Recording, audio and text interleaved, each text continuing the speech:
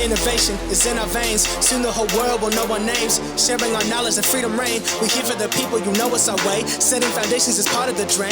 It doesn't matter if you're new to the game. Listen up now, cause we all gon' say, elevate, elevate, elevate, higher, elevate, elevate, elevate, higher. We gon' rise up, we all gon' shine. Work through adversity, stay on the grind. Elevate, elevate, this is our time. Elevate, elevate. Welcome to the Elevate Podcast, everyone. It's so great to have you all on one more time. It's your boy Josh. And the excellent Sir Reginald IV. Oh, we getting fancy up in here. We are grateful to have you on with us. It's a show we got to get into a lot of different things, getting into corporate tax structures, Poilievre upsetting the conservative base. We are going to be talking about no spring election looks like it's coming, and people are getting relatively depressed over it. And I get it, but yeah, we'll get into it. There's so much to get into today, and I hope that you enjoyed that first little bit that was only actually available to our audio-only listeners, or if you're on Spotify, you'll be able to see the video there. We're not releasing this one. We're not releasing that segment on YouTube, so you don't know what you're talking about. Go over to the audio version, and you can hear us rip on our commenters who seem to really hate us. Like, they really took time out of their schedules this week. So it was interesting. And it wasn't just us. We were seeing other people's other creators who the comments were just on fire last week. I don't know what was going on or what people were going through. Obviously, I'm not taking it personal because it wasn't us. It wasn't just us. It was just a lot. It was hot. You guys suck. I hate you guys. Why are you? Weird. It was weird timing. I don't know how you felt the same way, Reg, but it was a weird week last week. Yeah, it's funny because I actually did see a lot of comments on a couple different creators that I follow, and they're all negative. And then I went out for a couple drinks and some pizza last night with a couple of guys from the hockey team, and they were all talking about how they were fighting with their spouses last week, and it just seemed like last week was a hard week for everyone. I don't know if like you said, if people were just like super excited about the thought of an election coming, and then it all got dashed with with what happened, which we'll talk about after, but people were not having a good week. And it's so funny because one of the comments that was brought up, I actually looked into that and I was like, man, one of the comments said basically that we were bashing liberals. And I was like, I didn't think we did that. I went back and listened to our episode twice. So 2 of our views are for me. But I was just like, where did that come from? Like, where was that? And I was like, maybe if you construed it a little bit in one part, I was like, yeah, but like, honestly, I went back and was like, I think this one's a little unfounded, but hey, what can you do? Yeah. I mean, we all interpreted everything a little bit differently. And like I said, last week, people were not having a good time. I wasn't having a good time. I ended up having a fight with my wife, and we ended up resolving it by the end of the week. We're all good to go again. But it was a week. Yeah, people were feeling a little sensitive, and I don't know if it was just the fallout and turmoil of Valentine's Day week. I don't know what it was. I think so. It was a rough one, dude. It was really weird, and I was kind of cracking up, honestly, going through it. It got to a point, I only have to do this every so often, but like last week was the week for it that I just shut it all down. I'm like, I don't want to see anything else. I don't want to read anything else. The negativity was not to an 11 last week, and I didn't really know how to feel about it. But lots going on. We want to kind of keep things light, keep things going, keep the good times vibe in here. A video came up on our TikTok accounts this past week, and it was done by Fox, but it was the idea of the premise of the video was hilarious. They went into Brooklyn. No, sorry, not Brooklyn. It was Brooklyn. Yeah, they went into Brooklyn to just talk about to the community of how they're going to be getting $25 million from the federal government. And the community was ecstatic to be finally getting some money from this federal government down in the States. They had so many dreams of what they're going to do with the money. And we'll take a look here at what they had to say. Joe Biden's giving this neighborhood $25 million. Oh, $25 million. Wow, what the hell? Are you serious? Right. USA, USA. What do you think it should be spent on? The schools, the parks. The illegal immigration problem. Fresh fruits, vegetables. This is life. That elevator over there, broken. These houses, dirty. Recreation for the kids to get out the street. Well, sorry. He's spending it all so you could charge your electric scooter. Get the out of here, Joe. I don't like that. That's ghetto. What's... He's spending on charges? Man, they need to charge his brain. They had to take the top of my head off a couple times, see if I had a brain. Biden says once he installs these chargers for electric scooters, there will be less racism. How does that equal less racism? Come on, you're kidding me. There's no racism here. There's actually more racist that he's doing this because it's really not helping the community. I don't see the correlation, but I also don't see the correlation between Joe Biden and being president. I don't know who put that motherfucker in office, but it wasn't me. So you don't like him? Oh, what a good video. That really cracked me up. Kept my positive juices going last week. Yeah, I thought that was pretty funny because I just love that they're like actually putting forward really, really good ideas. Like they're talking about food insecurity. They're talking about recreation facilities. They're talking about education, talking about all the things that really money should go into. And then you have like the Green New Deal kind of spending. And they're all like, what? Dude, it's so good. Like you said, like it is Fox News, so they're going to carve it up and cut it to serve their base. But it was a good laugh. Absolutely. It was pretty spot on, and it did crack me up just to see the reactions. I don't know how genuine the reactions were. I don't know if it was like that was their first reaction or they take a couple takes. Regardless, hilarious. The brother with the headband says, this guy needs to get a charger for his brain. Cracked me up. So good, so good. But moving on to more serious notes. Things going on in this country. Well, first off, we got two big things that happened, but conservatives were on one last, at this point, it would have been last night, Saturday, that we're recording on a Sunday here. So over the weekend, Pierre came out in a very Justin Trudeau-esque type tweet. And we'll get into kind of the fallout of it and what it could mean for politics in general. But Pierre Poilievre said here in a tweet, it's been 2 years since Ukraine woke up to the evil of an unprovoked full-scale invasion from Vladimir Putin. With unshakable resolve and determination, Ukrainian people have fought back. They haven't given up, and neither will we. Canada will always stand with Ukraine in the fight for freedom and democracy against Putin's tyranny. And if you scroll through this, a lot of conservatives were not happy with this tweet at all, not happy with the stance that he took on this, and it kind of leaves one wondering why he did. Why did he take this path? I have a couple theories, but wondering if you have any thoughts there, Reg. I don't know. I just think that like, know your audience. Like whether or not you are in support of funding Ukraine or not supporting funding Ukraine, like he has to know that his overwhelming conservative base are not in support of this. So that's where I'm finding this an interesting take. And like you said, it does scream Justin Trudeau, and everybody in the comments said that. Like there was like talk of a uniparty, and they're like Pierre and Justin are no different. And this is the kind of thing that will hurt him because it deviates from his hard line on all of his values and things like that. So I don't know if this was an appeal to be, to the left, to try and appeal to that group that has been calling for support for Ukraine. Whatever the strategy wasn't good. I don't think that it will help him in any way, shape, or form, because the people who don't like him aren't going to change because of a tweet, and the people who do like him might change because of a tweet, because they might go, sniff, sniff, this guy smells like a phony, and then he'll lose support that way. So I just think it was a bad play on his part. But if that's his take, then also that he's got to go with what he believes, and if that's what he believes, then he's going to have to put it out there. So yeah, I just don't know. Yeah, it was a bit of like, it really kind of came out of left field from my perspective, just because of his different messaging of, funding Ukraine, but not funding Ukraine in terms of like, not signing the bill because they were trying to put a carbon tax on them and all that type of stuff. But it took me off guard personally, and trying to figure out what was the thought on this. The only thing that went through my mind is things got really loud in media last week over his take on the transgender stuff, about women's only spaces. And my thought was kind of what you said, is this an appeal to the left after receiving a lot of flack through the media on the transgender stuff?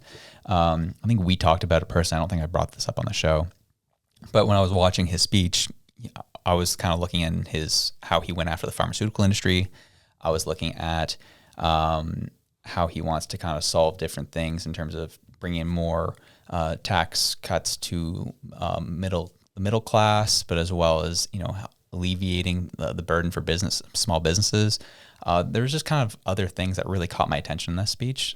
the transgender stuff, it came out in a question from the media that he kind of answered, took about 30 seconds, and then, keep it moving, just keep moving from there. And then that was what got all the play. And I, personally, as someone who watched the whole 20-minute video, that was such a small piece of it. I was honestly stunned that had so much play last week. And so I get a feeling that this tweet is mainly coming from a perspective of, I think he felt like, or his team felt, they took a huge L last week with the transgender stuff. And I think this was an appeal back to the left side. I think that's totally right. And I think that it was just it was weird timing because like we all know that somebody in the States passed away. They were a transgender person. It was a result of bullying and stuff like that. And so the media was already charged for that narrative, and then to have him kind of say something against it, that's all they took from that. And which is a shame, because there was actually a lot in that speech that, like the pharmaceutical thing, like I can't wait to talk about that here in a second when we talk about Jagmeet Singh and Trudeau. But like that to me was like, ooh, that's an interesting tidbit, but it got completely washed over. But again, like throw in the support for Ukraine. Like I said, I think I could totally feel for the people in Ukraine. Like it's awful. It's terrible. But at the same time, we're a country that does not have ample amounts of cash to throw around. And so I think the people are feeling that. And so your common everyday person goes, I empathize with Ukraine. I empathize with the people there, but I also see tent cities on my block. So I can't see us spending money right now on that.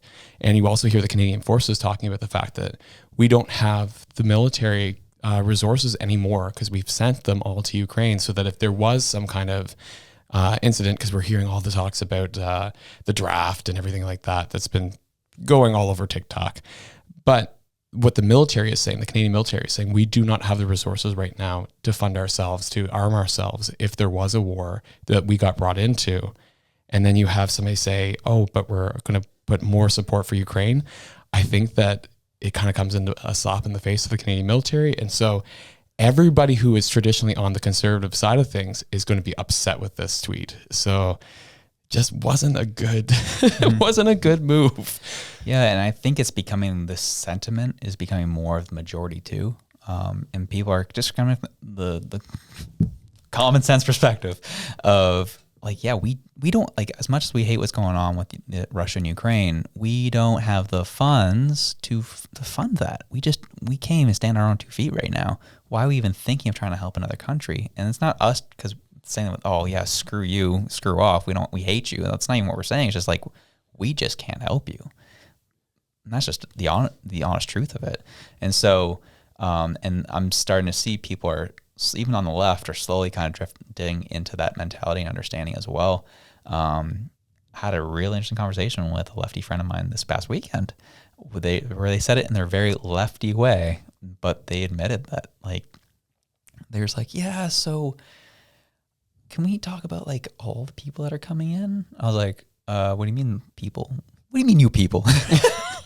That was a good joke. But I was like, what? No, what do you mean? I was like, well, there's just a lot of people coming in, and like, we don't have enough schools for them.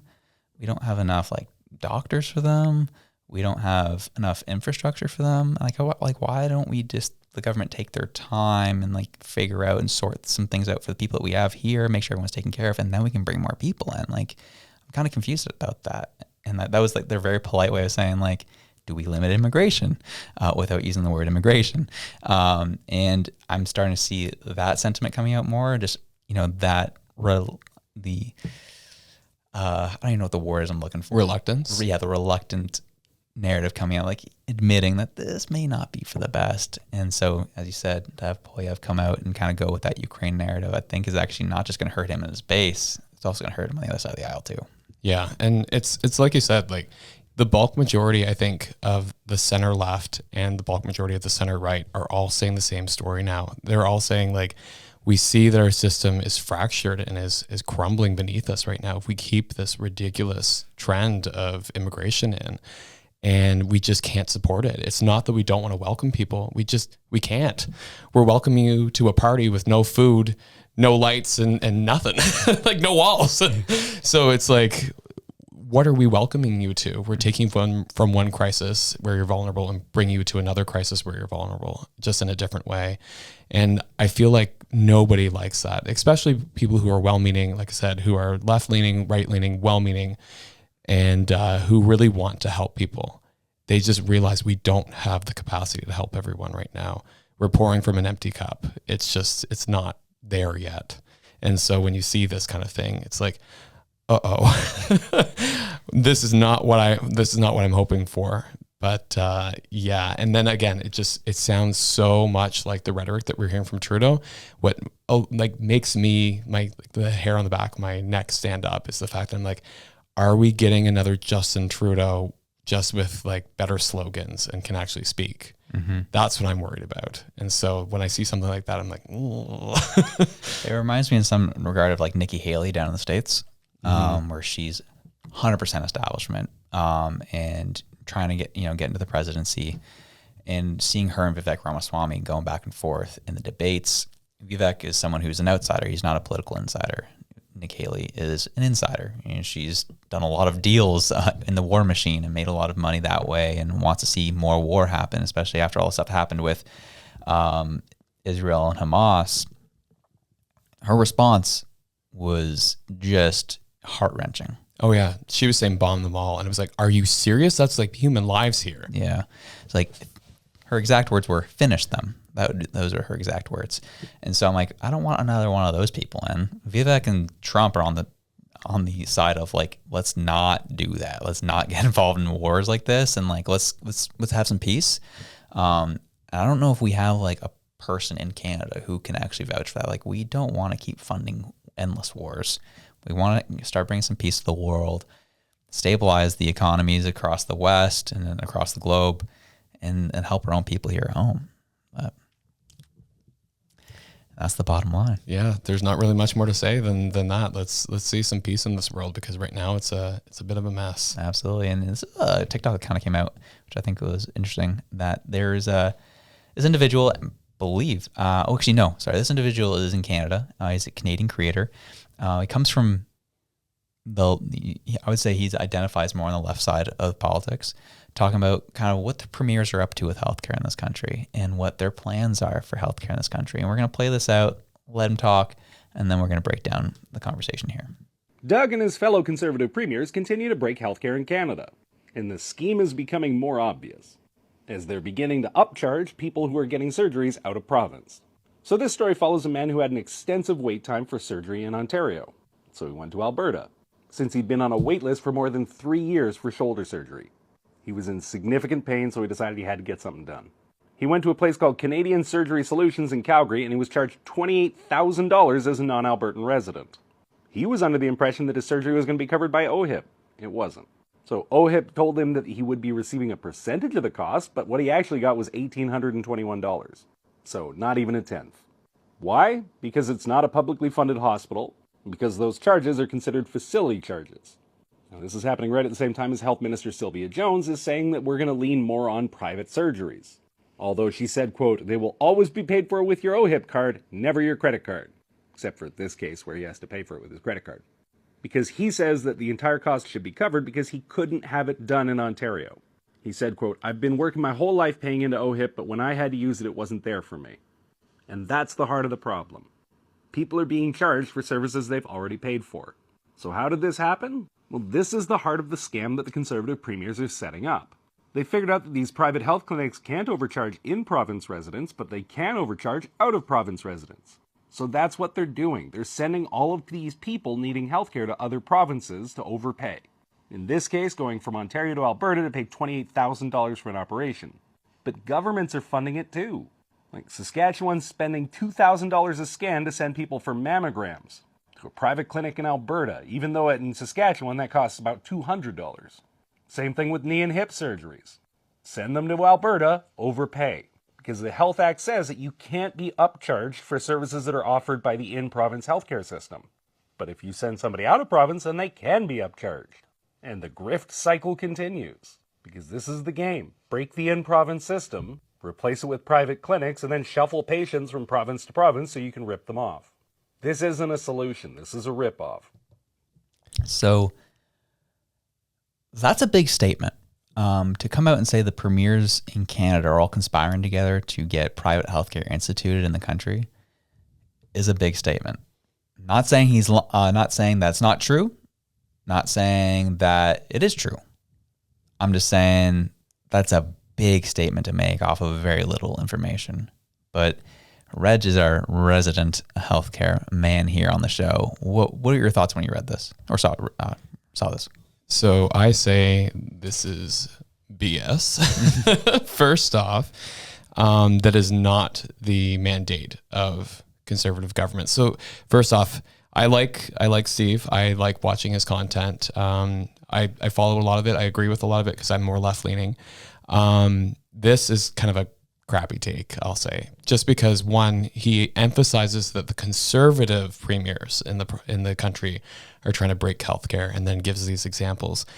And what's interesting is that when you actually look at the healthcare crisis across the country, it's the same thing. It's lack of doctors, lack of access, lack of physical space, the amount of administrative burden that was put on them through COVID. It's just everyone's burnt out. There's not enough actual physical spaces to hold people. There's not enough physical clinics to actually see people, that they're just shuffling people wherever they can get them to have care, so that their citizens aren't in pain or aren't waiting.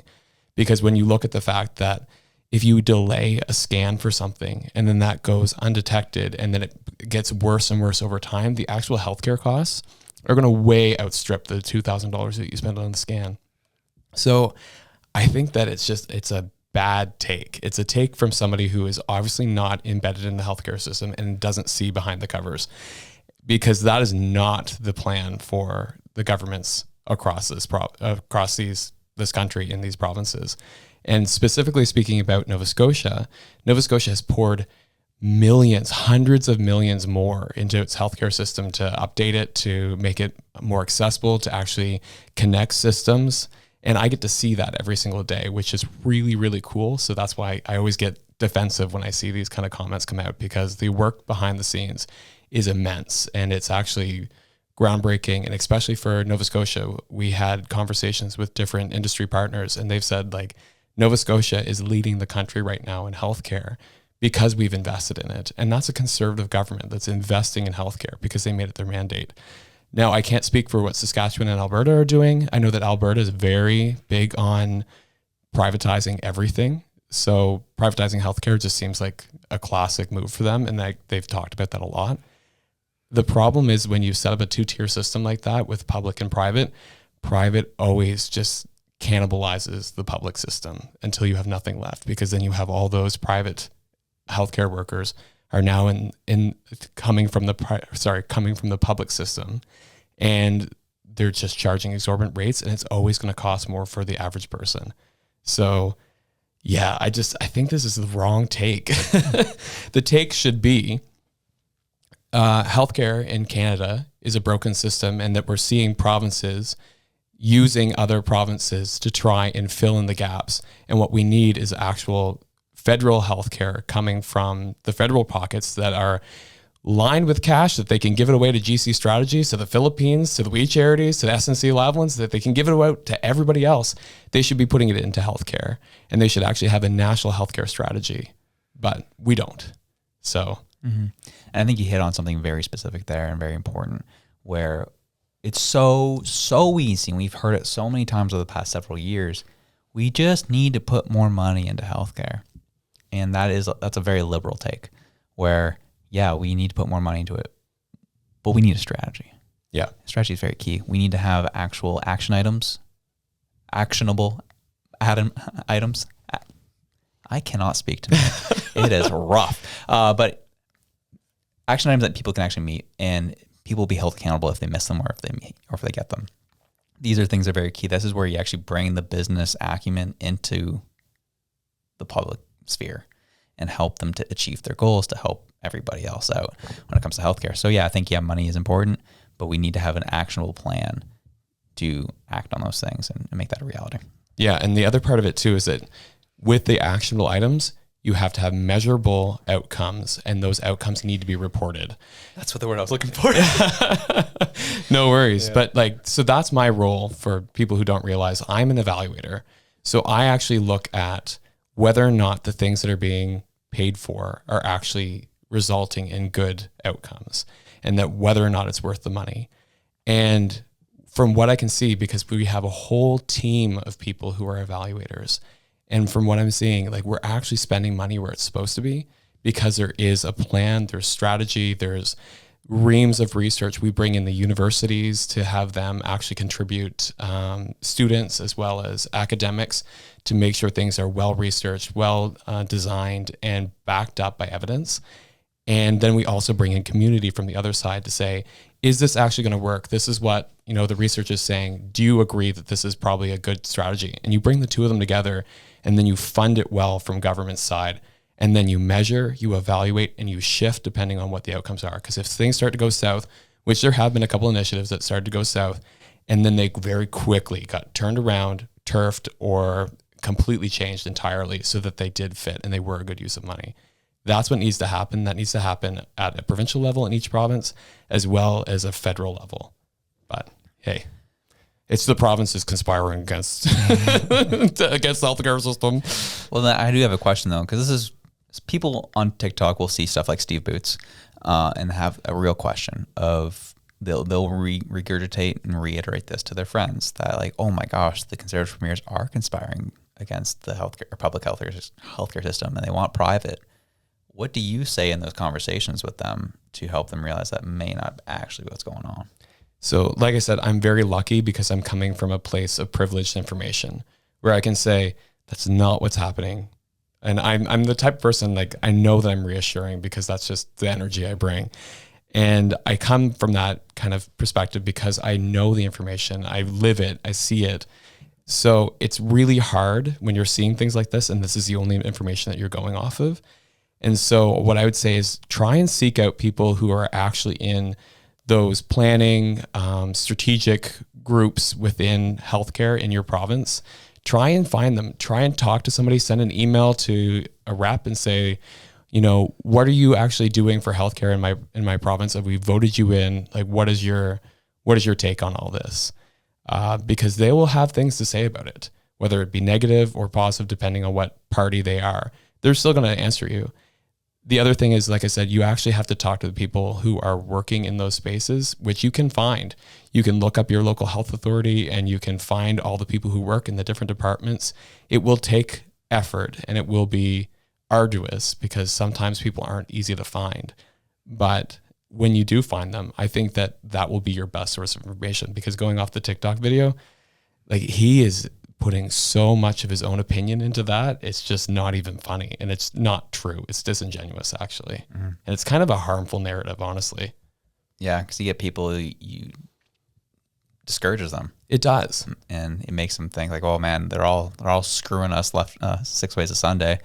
And again, I understand how that sounds to some, where it's like, oh, well, you're obviously a conservative, so obviously you want to make sure that your guys are getting in. And I'm like, yeah, I hear you, but that's not where I'm coming from on this one. Like there's situations where I'm seeing now, because I'm not in the public sphere like you are, but I get to see from the outskirts and get to talk to people who are in those meetings. And I can say, like, there are people who really are trying their best right now. I say what I say about Trudeau and in his cabinet because they've given me reason to say the things I've said. Like there's little actual things they've done where I'm like, oh, that's clearly illegal. Probably shouldn't be doing that. I don't know if you have the best interests of Canadians at heart, because they've done things to do that. Whereas right now there hasn't been enough evidence for me on the right leaning side of the scale where I'm like, is that what's happening? I have to give the benefit of the doubt on this one. Yeah. So it's funny because, like, I always think about the fact that the amount of people that have come up to me and been like, Reg, I thought you would have been in politics by now. It happens a lot more than I'm comfortable with, I think, because I'm just like, why? But I would never, ever step into a federal political scene, because that is not for me at all. I don't actually believe that some of those people are working with the best intent for Canadians. There definitely are people there. I'm not going to paint them all with one brush, but I don't think that there's a lot of them there, or the ones that are there are heavily muzzled and silenced. In the provincial sphere, though, it's a little different. At the municipal levels, you don't really have a lot of power to do much. You control property taxes, garbage collection, and water bills. But at a provincial level, you've got quite a bit of power and you have quite a bit of influence, but you're close enough to the people that you haven't lost sight of who it is that you're working for. And you're actually a lot more accessible. Like if you want to have an audience with the Premier's office or with anybody in government, they're actually usually willing to talk to you. I had looked into provincial taxes and provincial debt loads and debt servicing stuff a couple years ago, and I actually got to go speak with the Minister of Finance about it because I sent them a message and say, hey, I'm looking at this stuff. Would you mind having a conversation with me? I'm a student at Dell. And they're like, of course. Gave me the time. I went in and talked to them. They're really great. Gave me some paperwork on like where the debt is going, what the debt ratios were, and what our debt servicing fees were. I was like, this is amazing. And they were like, yeah, of course. So I have a lot of faith and a lot of time for provincial politics, none for the federal. You mean you can't get an audience with Chrystia Freeland? Oh, I mean, maybe. You mean, will she be able to break it down for you of like, where things were lost, where we added things, like, will she be able to pull that off for you? She might like talking to me because I did cancel Disney Plus. Oh. I even canceled Netflix. The only thing I've got left is Prime. So. But I did add the stack package to it so that we could get HGTV. Not the stack package. Jen and I watch the HGTV all the time. We're just like, go to. Oh yeah, we're like, oh, what is our house going to look like if we renovated it a little bit? And Jen's like, if we just push that wall here and we just add a backsplash there. You guys are psychotic. The amount of work you're doing on your house this summer, I'm like, gee, that's not for me. I love it. I can only do one project a year at this point, and I just did finish mine. So in another life, Reg would be either a construction contractor or a farmer or a musician. I want to be all things. All things to all men. Here we go. So we're going to get into something that got the Conservatives really fired up a couple weeks back. There was a video that was making its rounds about children, encouraging children to essentially kill themselves. And that's what the video was. And it was from Stephen McKay. It was this tweet I originally saw, who's, kind of tweets on politics and religion by the looks of it here. And he posted the video and says, this is an extremely disturbing video featuring a horrifying character called Uncle Ernie. He's a funeral urn that has a dark message for children. It's okay to pass away. This is a disturbing video that's promoting a disturbing comedy that has this disturbing message. The evil message being that people should be allowed and encouraged to end their own lives if they are a financial burden on their family. Yup, this is wrong. I agree. This wouldn't be so bad if the entire government of Canada didn't have the same message. There's a death cult in Western society pushing this filth on children and the elderly. It is wrong to kill your loved ones. So I get where this guy was coming from. We've done our own research. He said it's a satirical comedy that, is. We're going to play the video. You can come to your own decision what this is all about. But I understand where the Conservatives came on this, where all the laws are being pushed on MAID in this country, how they're making MAID a lot more accessible to people. And then you start seeing this pop up on YouTube and during commercials. I can understand what the trauma response would be to that. Mm-hmm. We looked into it. Yeah, like it's just people trying to fund for their play. This is supposed to be a play. And this was like their video on that. You be the judge if this is your type of humor. This is Canada. You still have your rights here at the moment, and you can decide if this is funny. You can decide if this is terrible. You be the judge. But this wasn't something where it's like someone made this trying to push it on children. Be like, yeah, it's okay to kill yourself. If you're a burden on your family. I hear the right now. And they're saying, Josh, this is all a big plan to really encourage the use of MAID. Yeah, it's funny. It's supposed to be lighthearted, but it's kind of pushing that message on kids and children that they don't need their parents' permission, that they can just go ahead and access MAID if they're having mental problems, which we know that was introduced. It's being halted for now, but that was being introduced as legislation here in this country. So I understand the trauma response from the Conservatives. After that, I'll leave it at that. All right. We're going to play the video for you. It is wild.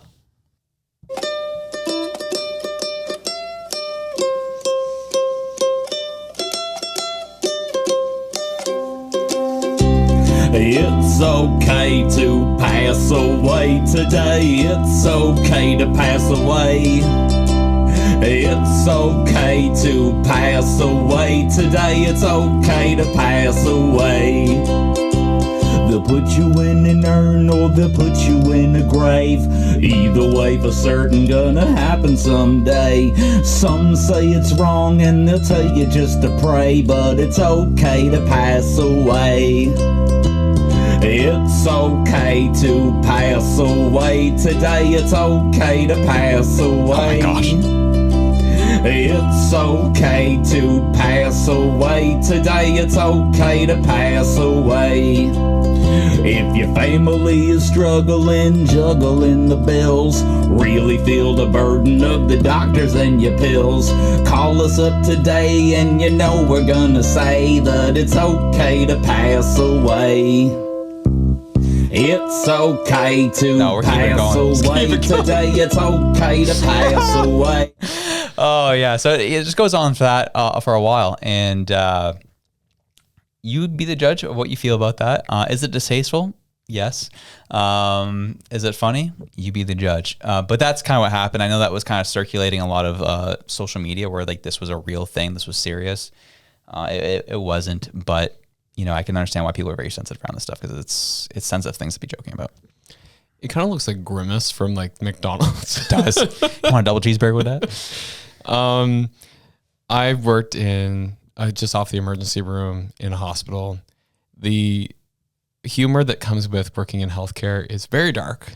So I imagine I can see this being very comical for people who have darker senses of humor. But like you said, I can also understand the trauma response from people. But I think that people just have to realize this is satirical. It's not meant to be taken seriously. And I think that's a big issue here is that people are having a hard time discerning what's comedy or what is not meant to be taken serious and what is actually serious. And so that's where like the whole spiral of like, this is just like the first step and blah, blah, blah. Like, no. If you ever saw that video, it's like, gotta celebrate our differences. Like that one was bad too. I'm sorry. Yeah. You want to so bad. I wanted to so bad. Can't do it on recording though. I know. But anyway, that kind of thing, right? I mean, nobody looked at that. Well, there was actually quite a few people who were like, this is disgusting. I can't believe they put that out there. They are taking this like completely wrong. And I had sent it to a friend of mine, a different friend who's left, because I have a lot of left friends because I consider myself to be more left leaning. And they were like, this is disgusting. I hope my child never sees this. No. And like, I was like, girl, you realize this is a joke. Like nobody in their right mind thinks this is an appropriate video. And she's like, oh, well, I guess it's kind of funny. And so I think that people need to realize like humor is always meant to push the boundaries. It's always meant to cross the line. That's just what its role in society is. So that's how I view this. Absolutely. Comedy is super crucial in our society. You just had to push back on things to really make people uncomfortable at times. And to get people thinking about things. Like, let's be honest. You know, I'm a Christian. There's been a fair amount of comedians taking their shots at the church, taking their shots at Christians, and I'm no stranger to how all that works. There's things I'm offended by, and there's things I just won't watch because I'm like, I didn't enjoy that. But luckily, I have the right to say that I didn't enjoy that. You know, I didn't appreciate that. I just don't watch the content. Whatever. Get over it. And so that's kind of where we're struggling right now is we're going through a cultural revolution here in this country where a lot of serious things have been happening that people have the right love to say the left can't joke about nothing. Well, I'm sorry to say the right is really struggling with their sense of humor lately, I find as well. Because I get it. You're being assaulted mentally, you're being assaulted with things that are happening around you. We are literally in a cultural revolution right now. That it can zap anyone's sense of humor. I get you, but do not lose it, because there are some things in this world that are hilarious, and you gotta laugh about them. Yeah. And I'm an atheist, so I'm sitting there laughing at all the Christian Sure you jokes. are. Sure you are. But yeah, I do. I think that both sides are not at a place right now where they can laugh, and I think that that's the unfortunate part, is that then we kind of create a divide, right? Where if you can't laugh about things and you can't see things from both sides and can't see the humor in something, it makes it really challenging, because then things become so serious that you actually start to hate people. And that's the problem. And that's where, like I said, I think comedy really has to play a pivotal role in our society, where you have to be able to sit beside your Christian friend as an atheist, or your atheist friend as a Christian, and say, like, you know what, whatever, like, we're laughing at your expense right now. We're going to laugh at my expense here in a second. Like, it's just, you got to be able to take things in stride. Otherwise it all becomes too serious, and then you start, shipping people off to war. Yeah. Well, that's why when you come into dictatorships and authoritarian governments, that's why one of the first things they get rid of is comedy. Yeah. Because that's how they keep control. And as well as how they keep people hating each other as well. Yep. And I remember growing up, I had the privilege of growing up in Toronto. I got to be around a lot of different cultures, different people, and that's all we did was make fun of each other. Had the Filipinos, hey, white boy, and making fun of the fact that at the time I couldn't handle spice, and then my West Indian friends really killed me on the fact I couldn't handle spice at the time, and that's just how it went. And we always joked about each other's differences and joked about where we came from, and it was never taken to be overly serious. And guess what? We still do that to this day. I remember hanging out with them, and we're just like, man, the stuff we joke about as kids, man, you can't get away with that. So we just all phones are off when we're hanging out, and we just enjoy it. Just kill each other. And that's kind of how normal people act. And do not lose that, because I think it's super key to, as you said, if you lose that, you start hating people. And you start hating them based on their skin color. You start hating them based on their religious beliefs. You start hating them on their political beliefs. Whatever have you. You hate them because of their gender. You hate them because of their sexual preference. That's where this goes. So you cannot lose your sense of humor. Yep. Agreed. And speaking of sense of humor, want to see a big joke? That pharmacare bill that just got signed. What a joke that was. Liberals and New Democrats reach a deal on pharmacare here with Justin Trudeau and Jagmeet. Jagmeet laid down the gauntlet a couple weeks back, and he says, we will be going to an election. I'm pulling my confidence deal if we don't get pharmacare signed now. And Trudeau says, don't worry, we got you, big boy. And they did. The federal Liberal government and the NDP have come to an agreement on pharmacare, clearing the way for the two parties to continue operating under the confidence and supply agreement that has helped to keep the government in power over the past 2 years.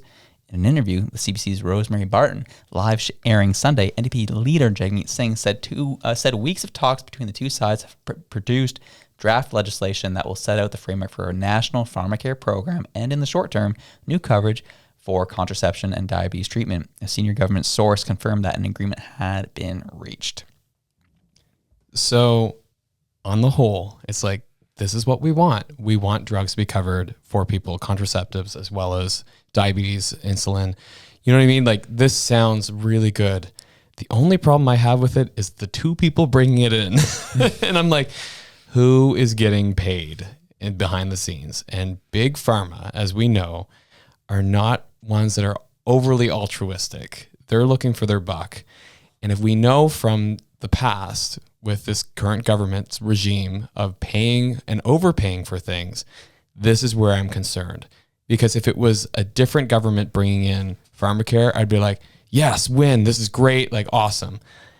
I'm concerned because I'm like, these two players, I don't know what deals and handshakes they had going on in back rooms, because government money going to a pharma company, it's going to be a lot of money, and there's going to be a lot of rich people at these pharmaceutical companies that are just chomping at the bit to maybe price diabetes medication at like 3x the cost.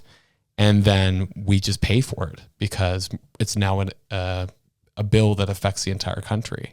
So that's where I'm concerned. I love the idea in theory. I hate it in practice with these two clowns, because that's what I'm concerned about, is like, how much are we going to overpay for this? Mm-hmm. And is there any measures in place to say to the pharmaceutical companies, you're overcharging us for these? stop, basically, either lower it or we're going with a different pharmaceutical company. That's what I'm wondering. And I'm wondering, is there going to be different pharmaceutical companies involved for different things, or is it one that we're going through? Like, there's so many questions around this that are not answered, and everything's being kept very quiet, very hush-hush, that I'm concerned. I think you should be. I think you bring up a lot of specific and viable points of what's going on with this. And you brought this up in a separate conversation. I think it applies here as well. And it was my experience working when I worked in pharmaceuticals for about 3 or 4 years myself. Pharmaceuticals, they love, but they hate working in the States because like it's private healthcare. You can just charge whatever you want. But the thing they really hate is they hate working with 50 separate states that all have their different laws and all have their different boards and all have their different processes of how they do things and this, that, the other, yada. Or in Canada, a bill like this goes through, you only deal with one board, one set of decision makers, and then you just deal with them, and then they just disperse your product. Like, that's a dream in business. Like, I have to deal with one set of people, and I just get access to all this market. Who wouldn't? It's a great idea. So, especially with, as you said, with these two at the helm, bringing this in, after how much they overpaid for vaccines in the first place during the pandemic, and now they're the ones who are going to bring in pharmacare? No, thank you. I'm okay. Let's try to make sure we get the current infrastructure that we have figured out first before we start introducing another aspect of how we're going to pay for things for people as well. My other concern is that we've been very clear on the fact that healthcare is a provincial priority. And it's funny because it's always something that I hear as an argument against when you hear Pierre Poilievre saying like, oh, healthcare is garbage in this country under the watch of Trudeau. And everybody is so quick to say, well, healthcare is a provincial priority. We can't use that as an argument. And then when you have something like this coming through, like this is very much impacting healthcare at a federal level. So it's like, why are we piecemealing out healthcare as like, oh, well, this part of healthcare is provincial, but now we're going to layer on something that's federal? I feel like it has to be either one or the other. Otherwise, you're going to have a fragmented system, even more fragmented than it is right now, where you're paying and overpaying because you have a charge from the federal side and then a charge that's being recouped at the provincial side. And then how do the provincial drug plans align with that? And it's just going to be so much administrative burden, so much cost. And I think that you're just going to be basically hiring an entire bureaucratic department to handle the mess that this is going to create because of the constitutional divide of healthcare. So I don't like it. But I can totally empathize with people who are on diabetes medication right now going, this is going to be a saving grace for me. And, truthfully, like I said, I love the idea of a pharmacare plan. I think that the fact that we don't pay for drugs in our provincial plans right now, it's just absurd. Like the fact that your eyes, your ears, and your teeth and your drugs are not included under your healthcare is just absurd to me. Who can function without their eyes, ears, teeth, and vital medications like insulin? Nobody. So I love the idea in theory. I hate it with these two, and I don't like it at that level right now unless we take the whole healthcare system and start pushing it towards a federal system where it's being funded by the boatloads of cash that they have at the Ottawa level. Yeah. Interesting ideas. Don't know if I agree with it personally. But I think it's worth a conversation with people who are actually mature enough to have the conversation. These two can't do it. Can't do it with these two. Not a huge fan of having that conversation with these guys at the table. But as I said, like we're hemorrhaging money left, right, and center. We can't do this right now. And I think that's where we're going to leave this currently. We don't agree with it, but a lot of people, mainly the encouragement that people had was like maybe this would be the thing that would force Trudeau not to be able to come up with something for Jagmeet. Maybe we will be going to the polls this spring. I know people were really praying and hoping. I wasn't too excited. I was reporting the news as it was coming, but I was like, we all know something's going to happen at the ninth hour, and then we'll move on from there. But that's what ended up happening. Well, you know why everybody's upset about not going to the polls this spring? It's because they feel like they don't have a voice in politics. They feel like these two don't represent them, that they're not being heard, that people are suffering. and that there's no way for them to actually influence the political system, because we all know that if you have a majority or a supply and deliver kind of halfway majority thing that they've got going on, people feel completely powerless. The everyday person feels completely powerless. And what's interesting is that not all systems are designed this way. So it's funny that they brought up electoral reform, because one of the things that I was actually looking into, I was like, what are different democracies doing around the world? And the one that I thought was really cool was in Finland. And so I'm going to give you a little bit of a background on that. So it came into effect in March 2012.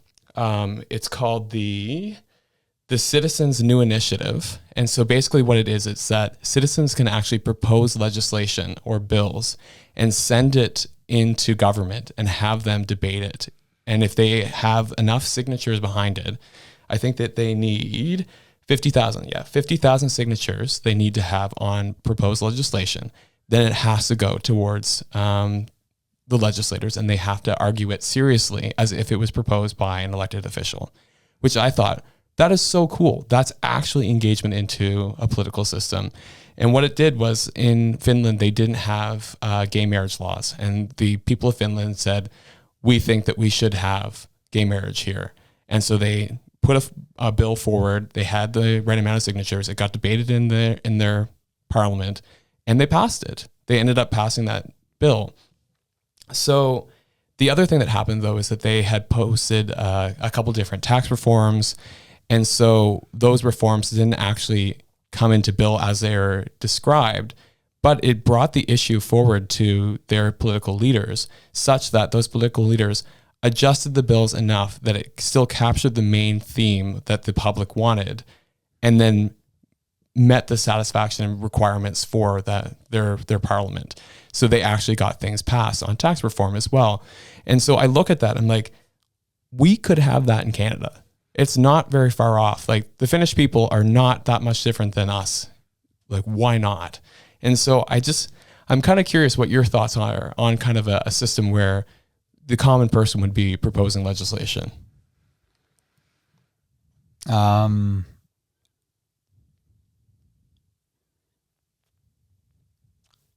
can go back and forth on it. I could go either way, I should say, on it. Because I'm not a huge fan of majority rule a political system. Not a huge fan of that, because what we're seeing right now is currently what we're experiencing. A lot of the population's concentrated to Ontario and Quebec. They hold all the power, and they dictate what happens to the rest of the country. So this type of system kind of worries me in that regard. It's like, all right, if you get enough people behind a certain idea, then they can essentially control how things are done. This is why in some ways I really do appreciate the system in the States, because it really gives an equal voice to a lot of different parts of the states that otherwise wouldn't have one, because they just don't have the population size. So like, I love the idea in theory. I think it's really cool, but I can definitely see where it could go wrong down the path. Yeah. And so I guess what I was looking at is the fact that just because, like, let's say they put a bill forward and, you know, everybody in the country signs saying we want this bill. It doesn't mean that it's going to become law. It means that it is now become a priority for the parliament to actually discuss and debate and put into law. So I feel like it's not quite as authoritative as you were kind of describing. For me, it's just kind of like when you looked at that anti-Justin Trudeau petition come through, 350,000 signatures on it. And so far have heard nothing. And you know what? The left was like totally right on that. They were like, no, it's not going to go anywhere. And you're right. It didn't go anywhere. It was interesting though, because it was the largest signed petition in Canadian history. So it's definitely going to make the history books for that. But it showed an overwhelming distaste and distrust for the current government regime that we have. So in this kind of system, they would be forced to actually discuss that. And that's what I like about it, is that if you have enough people in the population that are just like, this really sucks, or we think this is exciting, to take it on to a more positive note, they could actually force Parliament to talk about something, rather than feels like right now in Canada, we're screaming into the wind. Yeah, and I don't disagree. I was just having this conversation with a friend of mine who felt, and they're older, but they were really feeling discouraged by what they're currently seeing. The fact that, this whole, deal was reached by Trudeau and Singh, didn't know the details of the deal, didn't know the details of what's going to happen with pharmacare, don't feel like they have a voice, anything they can do.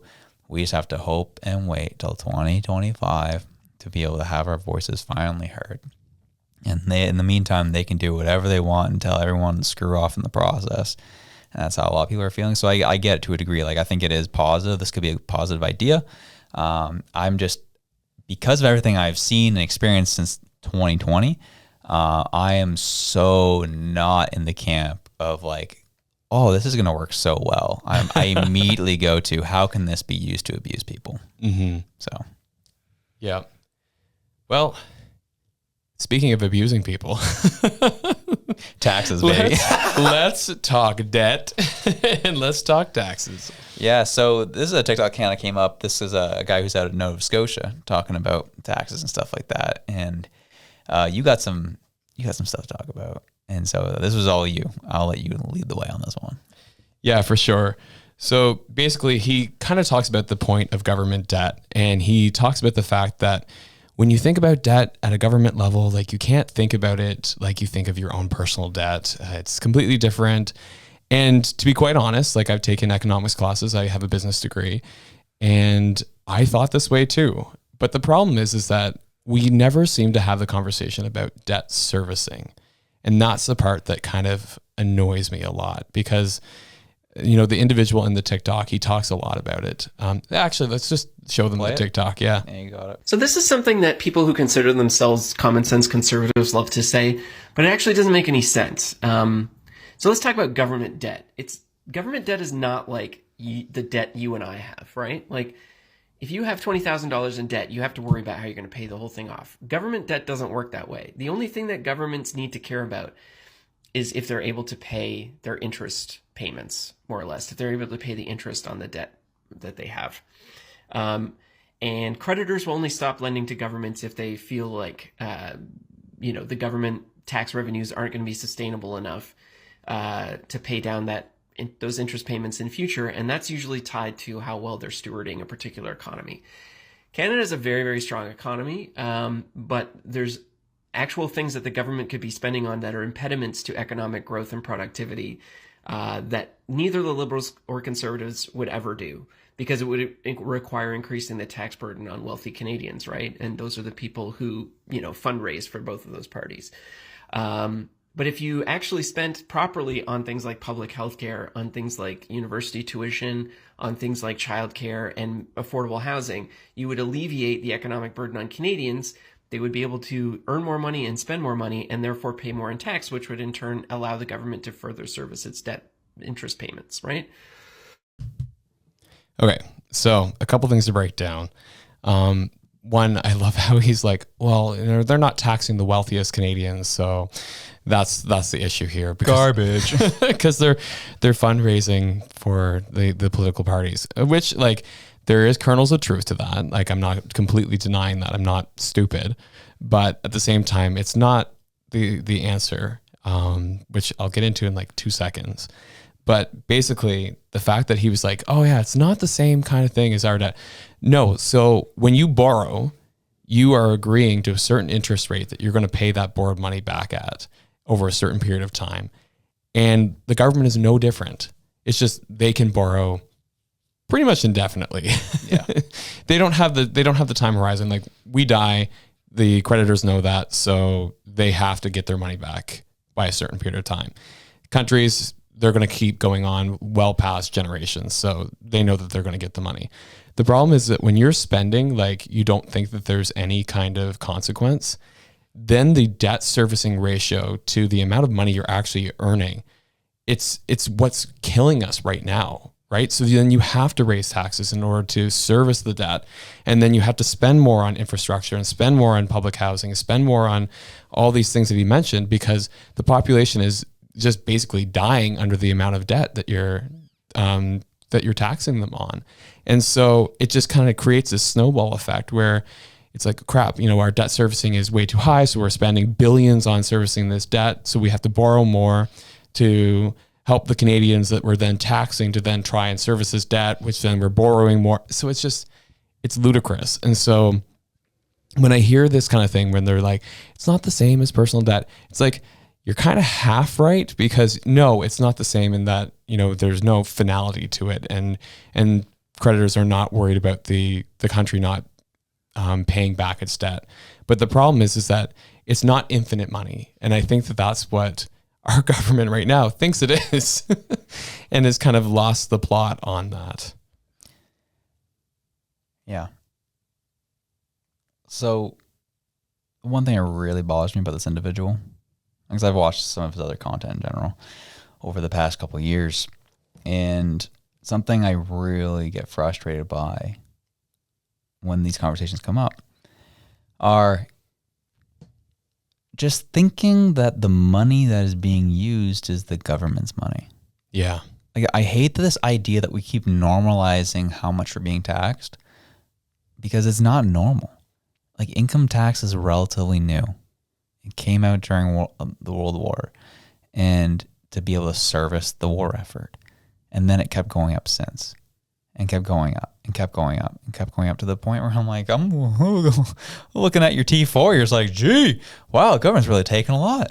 They really got to service a lot of debt. And it really just kind of frustrates me, especially when we kind of run this fractional reserve banking system is what's allowed this to happen. And I'm just kind of over the idea of like, yeah, like we want to do all these things. We of course we want pharmacare, of course we want healthcare, of course we want all these things. But the mentality is never, let's use the money that we have at our disposal to make it super impactful. It's always, we got to ask for more money from these people to be able to do these things. And then they try to sell in such a way so they can take that money. So that's where I just get frustrated in general. I'm like, I'm just done with normalizing taxes. It's time to start, how about we start reducing taxes to the point where it's a little more sustainable from a personal perspective, but also sustainable for the government to at least keep the specific services that we do enjoy running. But like the idea of like getting to the point of taxing someone 50% on their friggin' after income tax is crazy to me. Yeah. And then the HST and all the garbage comes up on top of that. Just screw off. And so what's interesting is I did do a little bit of a deep dive, and this comes from a bit of a personal note because my family has a business and they're talking about where to locate the business. Do we keep it in Canada where it's currently located? Do we move it to Wyoming? Do we move it to the Caribbean? Do we move it to Ireland? And they're having this conversation seriously, and they're not making stupid amounts of money. They're a small business by every metric.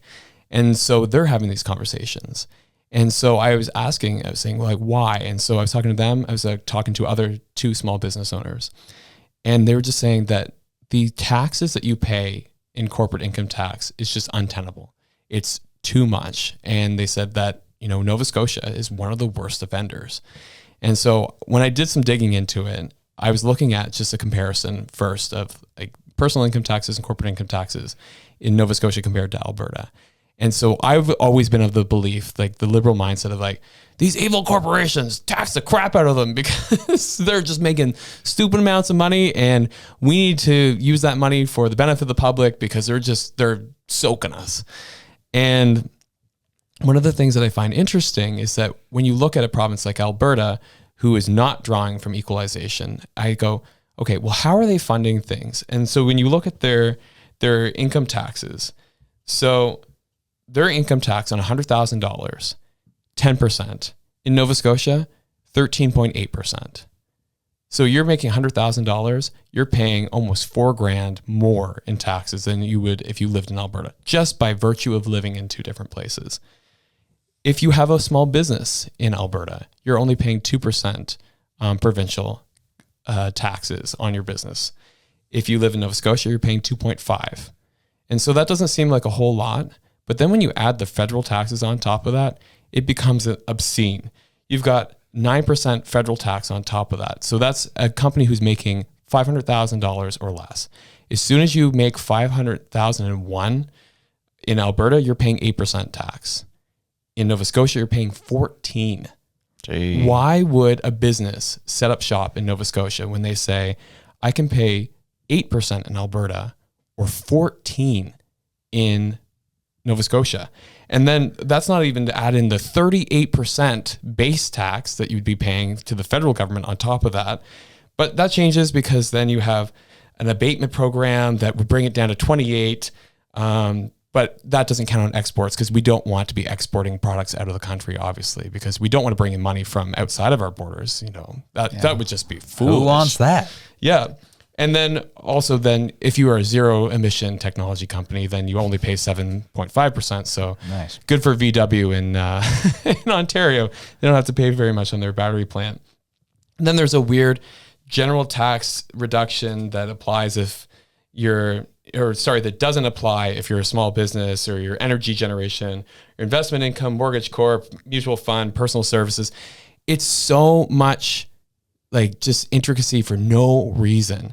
And then you look at Ireland, and Ireland says you can set up shop here, you can make as much as you want, 12.5% flat. Amazing. So why would any business pick Canada over Ireland? And why would any business pick Nova Scotia over Alberta? And these are the businesses that we need to create jobs to sustain our economy and to actually pay for the things. Otherwise, these companies are just going to find every loophole going because they don't want to pay an absurd amount.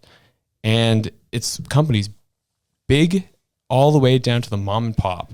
And it's just like, it makes sense. Like, I get it, why you would do that. But it's like, we have to actually look at lowering our corporate income tax slowly over time at the same time as lowering our personal income tax. Like you said, finding money within our own budgets right now to sustain the things that we have, not adding more to it, unfortunately, and get to a point where we start to revamp our economy, where we're actually bringing in businesses and people are looking at our province going, oh, this is a good place to set up shop. Instead of right now what's happening, where I know 3 businesses just in my network who've all moved their businesses out, one to Ireland, one to Wyoming in the States, and then another one they haven't decided. So it's like, that's money directly coming out. And then what do you have to do? You have to raise personal income tax because the people haven't left yet. Mm-hmm. And that's how you fund your programs. Yeah. And this is where I get frustrated because the TikTok we watched at the top of this was this individual. He did one a couple of years back. And he talked about how if you moved to Nova Scotia from Ontario and you haven't changed your address in terms of your taxes and stuff like that, you're a parasite. You're a parasite if you want to pay less taxes. And I'm like, I get where that idea comes from. So like, if you live in the place and you don't pay the taxes there, I understand. But why are you going to villainize people who are just trying to live their life and trying to at least keep a little bit extra at the end of the day because so much gets taken from them? Why would you try to encourage that government? So that's why I get annoyed by it too, because like to be called out by these liberals as parasites or whatever ridiculous names that they want to throw out. I'm like, you have to see the humanity of like, why? Why do you think taxing is the option? Why do you think it's the only option? And what can be done better rather than just name calling? Yeah. And I think for me personally, like my thought has always been, I don't like paying more tax, but I think I'd like it a little bit more if there was transparency and if I felt the money was being well spent. That's the part for me that I think that is so infuriating, is when I look at this and say, why did $500 million just evaporate to a vaccine company in Asia and nobody's talking about that? It's just kind of like, nope, sorry, that's closed. So when I look at the misuse of the funds that are being taken from me, that's where I go, I could probably have that money back in my account, put it into local nonprofits, put it into charities, put it into my own community through buying local products, and do so much more with that than whatever you're doing where you're sending it elsewhere. And so that to me is like the crux of it. It's like, I wouldn't mind paying more tax if it was transparent and if it was well spent. Not me. That's fine. No, so more so like I agree with that to the point of like, yeah, I would love the transparency. I'd love to know where the money's going. I'm not going to be happy to pay more tax ever. But I will be happy to know get transparency and be like, okay, is the money that we are currently giving you enough to get X, Y, and Z things? If not, then I'm open to paying more tax if it means that those things will be done and done properly. So again, we are sort of in the right spot, but I'm definitely more of the realm of like, when I learned this fact about the Revolutionary War, I was just like, dang, bro, we are so far gone as a country. Take my income tax down to 3% and see what we can do with it. I want to see how this goes. And then we build up from there. I love the fact that a whole revolution was created over paying 3% tax on tea. Yet I'm curious what the founders of America would say when they see how much people pay in taxes these days. Yeah. Really interesting to me. See, like, I don't even understand, like, why couldn't we just bring our province, like, when you look at the personal income tax, Alberta's 10% on the first $150,000. Like, awesome. That's great. Like, I'm not making near that right now, but like maybe someday I have the hope to. But then when you look at like Nova Scotia, you're going to be taxed out the butt if you make anywhere close to $150,000. So then what do? You go, how do I move this money around so that I don't pay out the butt for taxes? And anybody who's got a head on their shoulders is going to be saying the same thing. Absolutely. Anyone who listens to the show, we all know you're smart people. Yeah, y'all are probably having the same conversation right now, and I'd be curious to hear more from you on that. But we're going to end that conversation there. We're going to end on a brighter note, a lighter note. Charlotte the Stingray. Yes. Tell me about this. Why did this kind of catch your eye there, sir? So Charlotte the Stingray was in a aquarium with only sharks. She's one female stingray, only male sharks around, no other stingrays, and she's pregante. Oh, wow. And they're like, are we going to have Stingray Jesus, where it's an immaculate conception, or are we going to have little shark rays running around? Interesting. Because like those species should not be able to reproduce together. So they're like, what's going on? So the scientific community right now is like completely divided. And then the public is just like, team shark rays or team immaculate conception. Stingray Jesus. Wow. And so it's like I've been following it every single day now. And every like, single day. Oh yeah, just like, what's the update with Charlotte? Has she had her babies yet? That's incredible. And so it's funny because there's so many of my friends too are just like, did you see Charlotte's feed today? And I was like, oh yeah, I looked at it. Wow, that's actually really interesting how that happened. Yeah, I'll be interested too. I'll be tuning in. Yeah, well, it's one of those things. It's like immaculate conception doesn't really happen with stingrays. Like some species do that, where it's just basically a clone of themselves. But this is not a species that does that. So if it did, that's like weird and kind of like revolutionary. But then if you had interspecies creating a brand new species altogether, that's also really cool. So terrifying. Shark rays? That'd be crazy, dude. Steve Irwin's rolling in his grave right now. It's okay to pass away. Oh, gee. From a stingray. Oh, no.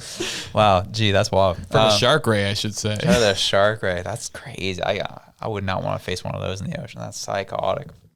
Well, I brought mine to the table, my wild card segment, and this one killed me. Some people know H3 podcast. I followed them at the beginning of the pandemic. Frenemies was a hilarious show with Trisha Paytas and Ethan Klein, and then they had a whole falling out. Show ended, and things were wild. So, anyways, we all know Jesse Lee Petersen. Amazing. Is making his rounds on social media these days and going to all the different podcasts, and H3 had him on, and let's just say Jesse Lee Petersen really messed with Ethan's head. Didn't know what he was doing, and this was comical. So how we doing? Are you live? Are you doing your show right now, or are you just calling into ours? No, I'm just on yours. Yeah. My show is in the mornings. Okay. We're live, so okay. It's what it is. But you're a radio man. You know about live broadcasts. Are we on right now? Yes, we are. Oh, okay. Yeah. So thanks for calling. I've been a somewhat, you might say, a fan. I love the way you interview people, although I'll be upfront with you. I'm a lib. You might call me a beta male. Oh, a beta. Yeah. Right. So how is Moses doing? Are you? That's like, I don't know which way to take that. Wow. You mean like Moses the prophet, or like Moses my brother-in-law? Moses, your brother-in-law. How do you know Moses? Why would you even ask that? Everybody know Moses. What? Even God knows Moses. Wait, why did you ask me that? Because I just wonder how you're doing. I haven't seen him in a minute. Wait, stop. Why did you ask me, how's Moses? Because I haven't seen him in a minute. But you've seen Moses. Oh, yeah. Everybody know Moses. So you're talking about the prophet? No, I'm talking about your brother-in-law. Okay. You've already got me all twisted up. This is what I'm saying. You've got this interview skills that you've already got me discarded. And all right, why Jesse. is that? What? Why you discarded about asking how he was doing? You don't know my brother-in-law. Well, how would I know to ask about him then? but then how do you know him? He got married, right? Oh, stop it. I know what's going on. Who did he get married to? Some crazy woman. I was surprised that Moses married her. He seemed to have more common sense than that. So I don't know what's happening. I don't know if there's a producer that knows all this stuff that's feeding you lines. How did you meet Moses? He came to my office. To do what? I can't tell you all that. Oh my. He was here for a meeting. Okay, all right. Isn't that amazing? It's amazing. So anyways, those who don't know, Ethan his wife is really what happened here. Ethan's wife's his brother-in-law, married Trisha Paytas, who was the person who had a whole falling out with him on the podcast, and they were at each other's throats. So he just was just trolling him the whole time, and it cracked me that Ethan just didn't know what to do, didn't know how to handle the situation, and it was amazing. Yeah. He called me amazing. It was amazing. So that was the key. Alleviated my mood this week. It was fantastic, and oh baby, we started the podcast on fire. We're gonna end it chilling out. Sounds good.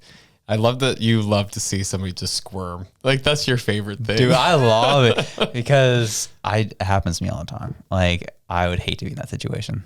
But, like, at the same time, I don't know why he's freaking out. How do you know my brother? Like, why is he so mad about it? That was really weird, because then it was like, well, what's the story now? Yeah, like, seriously. You made it into something so much worse than it could have been. I don't know. I look at it and I'm like, I'm watching his, like, embarrassment and then discomfort, and like I'm feeling that. That's why I can't watch The Office. Jen loves The Office. I can't watch it because I'm just like, I feel it. I feel it in my body. I'm like, nope. And that poor guy, he was just like, he didn't know how to recover. Yeah. Wait, how do you know him? Oh, you don't know my brother. Well, how would I know about to ask about him then? Holy jumping. Well, whatever it is you're doing, we enjoyed having y'all on. You guys are awesome. This was a wild show. Happy to have you back. But whatever it is you're doing, whether you being going skating, sending me get well things, which I really appreciate, or trying to play a sport and trying to learn how to skate at the same time, a la hockey, whatever it is you're doing, wherever you are, we love you. We're out. Peace.